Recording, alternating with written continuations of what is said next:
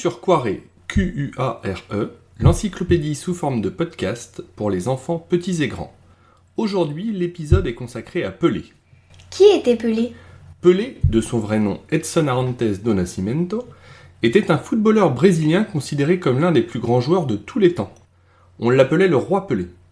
Il est né le 23 octobre 1940 et décédé le 29 décembre 2022. À quel poste jouait-il ? Il a joué au poste d'attaquant. Son talent exceptionnel et son excellente vision du jeu lui ont permis de marquer plus de 1000 buts en matchs officiels et amicaux. En match officiel, il aurait marqué 757 buts, ce qui reste un chiffre remarquable dans l'histoire du football. D'autres buteurs ont-ils marqué autant de buts que lui ? Oui, mais il forme un cercle assez restreint qui comprend le Hongrois Ferenc Puskás, le Brésilien Romário, le Portugais Cristiano Ronaldo et l'Argentin Lionel Messi. Dans quel club a-t-il joué ? Il a passé la majeure partie de sa carrière, de 1956 à 1974, au Santos FC, un club brésilien de l'état de São Paulo. Puis il a rejoint le New York Cosmos en 1975 et y a joué jusqu'en 1977. Son passage au Cosmos a contribué à populariser le football aux États-Unis. Qu'a-t-il gagné avec Santos ? Son palmarès à Santos est merveilleux. Il a remporté 5 fois consécutives de 1961 à 1965 le Taça Brasil, l'ancêtre du championnat du Brésil. À cela s'ajoutent 10 titres du championnat paulista, le championnat de l'état de São Paulo, et 4 tournois Rio-São Paulo. Et au niveau international ? Le Santos de Pelé a remporté en 1962 et 1963 la Copa Libertadores, la coupe principale d'Amérique du Sud, équivalente à la Ligue des champions européenne. Ils ont successivement battu en finale le club uruguayen du Peñarol, puis le mythique club argentin de Boca Juniors. Il a également gagné ces 2 années-là la Coupe intercontinentale, opposant le vainqueur de la Copa Libertadores à celui de la Ligue des champions. Le club portugais de Benfica et le club italien du Milan AC furent ses victimes lors de ces rencontres.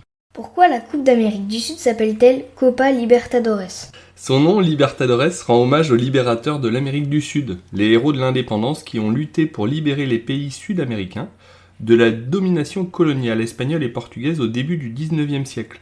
Les principaux sont Simón Bolívar, José de San Martín et Bernardo O'Higgins. A-t-il remporté quelque chose au New York Cosmos ? Il y a remporté un titre majeur, la North American Soccer League, NASL, en 1977. Et avec le Brésil ? C'est de là que vient la légende de Pelé. Il a remporté 3 Coupes du Monde et il est l'unique détenteur de ce record.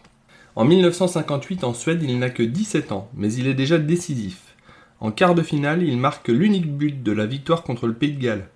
Ensuite, en demi-finale, il signe un triplé pour une victoire 5-2 contre la France. Enfin, il ponctue son œuvre par un doublé en finale dans une nouvelle victoire 5-2 contre la Suède. En 1962 au Chili, il ne joue que les 2 premiers matchs de poule, marquant un but, mais se signale ensuite par son influence et son leadership pour inspirer son équipe. Le Brésil sera porté jusqu'à la victoire par son coéquipier Garrincha. En 1970, au Mexique, Pelé fait partie d'une des meilleures équipes de l'histoire. Il inscrit 4 buts lors de cette compétition, qui verra le Brésil triompher de l'Italie 4-1 en finale. Quels ont été ses coéquipiers principaux ? Difficile de ne pas commencer par Garrincha. Ailier droit légendaire, souvent considéré comme l'un des meilleurs dribbleurs de tous les temps, il a été décisif lors des Coupes du Monde de 1958 et de 1962.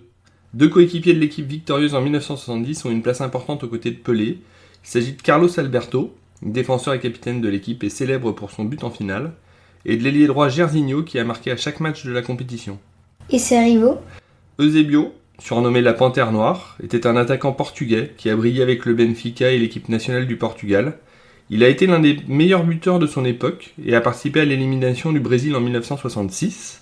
Le capitaine de l'équipe nationale d'Angleterre, Bobby Moore, a lui livré une performance défensive impressionnante contre Pelé et ses coéquipiers en match de poule en 1970.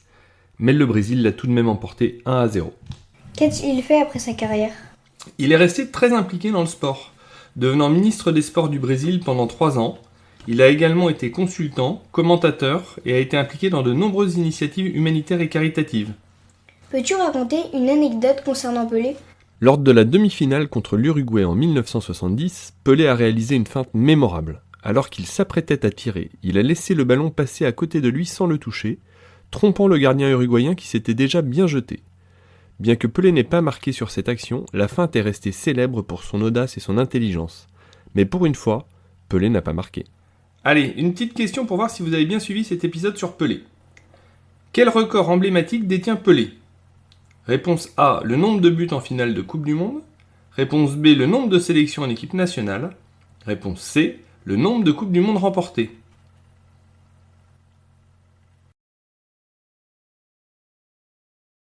Bien joué, c'était la réponse C. Il a remporté 3 Coupes du Monde, ce qui est le record. Cet épisode de Quaré est terminé. N'hésitez pas à nous faire part de vos remarques et suggestions sur quaré.club, QUARE.club,